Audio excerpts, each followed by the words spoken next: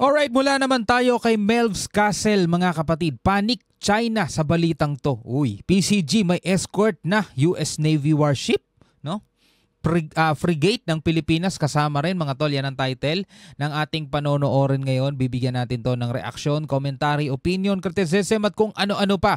Pero bago natin to simulan, syempre huwag mong kalimutan mag-subscribe mga kapatid. No, dito kay Melvs Castle, at kung bago ka pa lamang dito, trip mo yung mga ganitong klaseng reaction video, commentary, opinion, criticism at kung ano-ano pa, huwag mo rin kalimutan mag-subscribe. Click mo na rin ang notification bell para ma-notify ka pag may mga bago tayong reaction video tulad nito. Alright, so huwag na natin patagalin pa. Panoorin na natin to mga tol.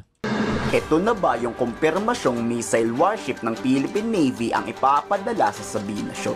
Ayon kasi kay Philippine Navy Commodore Roy Trinidad, gagamit ng military asset ang AFP katuwang raw ang kaalyadong bansang papunta sa Sabina Shoal. Sabi nga no, gagamit daw ng mga military assets mga kapatid. No, pero meron tayong isang balitang napanood na nagpadala na daw ang PCG ng PCG vessel mga kapatid na 42 meters ata ang laki nun. Kaso ayon dun sa report is 2 beses na daw sinubukan ng ating PCG pero bigo sila makapasok at bumabalik ulit mga tol, no? Well, papanoorin pa ulit natin yung balitang yon sa mga susunod mga tol dahil napanood natin yon kay John Reps Pero sabi ko nga kung tayo siguro hihingi ng tulong, no, sa Amerika, wala siguro tayo magiging problema makapasok dyan, no? Kasi hindi ginagalaw ng China pag Amerika mga tol, natatakot din sila sa gere.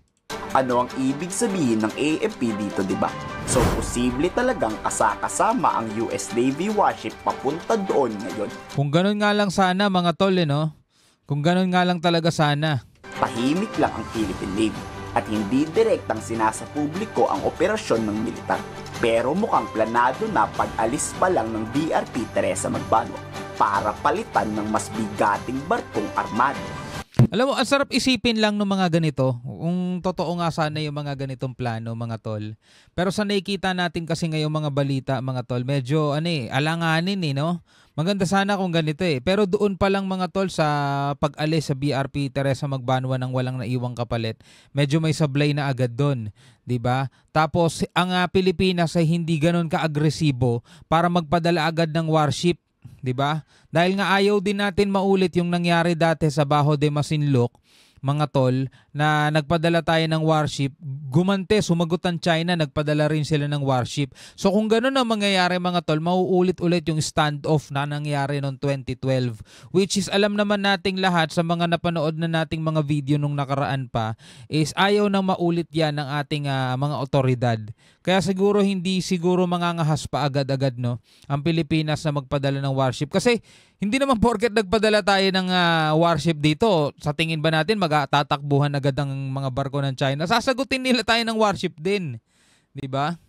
Range of different capabilities that are sea-based, air-based, or space-based that we are developing in conjunction with our partners and allies to be able to monitor not only Escoda but the entire West Philippines. We assure the Filipino people that your Philippine Navy, Philippine Air Force, and Philippine Army, the entire leadership of the AFP is doing its best to protect and secure all our features in the exclusive economic zone, most especially in the West Philippine Sea.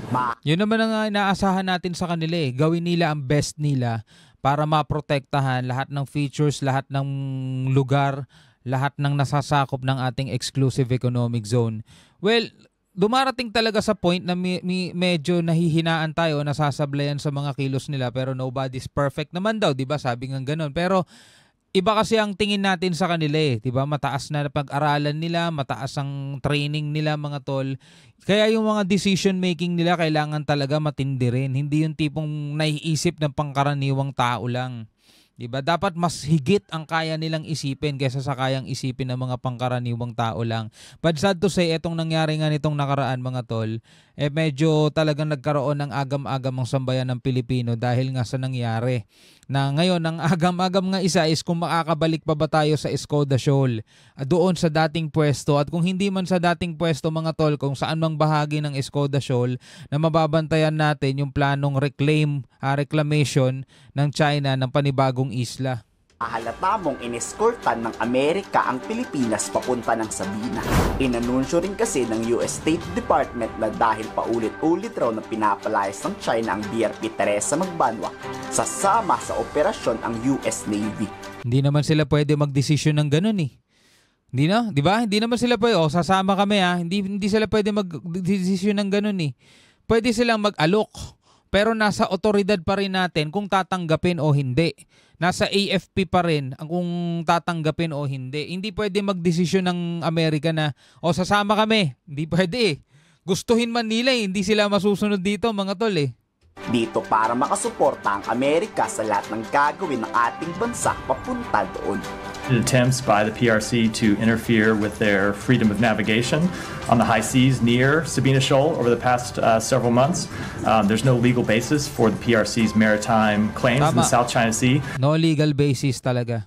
And the dangerous ways in which it attempts to enforce those claims put Filipino lives and livelihood at risk. This particular incident might mean other than to say that we continue to support our Philippine allies. Umalis man at wala pang kapalit na barko ng Philippine Navy, wala raw na mamonitor na pagtatambak ng mga Chinese doon ngayon. Hindi rin papayag rin kasi ang Philippine Navy na isuko na lang to basta-basta sa mga incheck.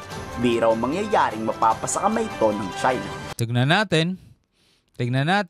Yan ang tinitiyak ni Commodore Roy Trinidad at ng Philippine Navy. At yun ang inaasahan natin mga tol, na sana talaga mangyari. Yun naman ang aasahan talaga natin sa kanila eh. Wala nang iba eh, di ba? Hindi naman natin sila aasahan na sumuko. Hindi, ang aasahan natin sa kanila is ipaglaban nila yan hanggang sukdulan, hanggang kaduluduluhan.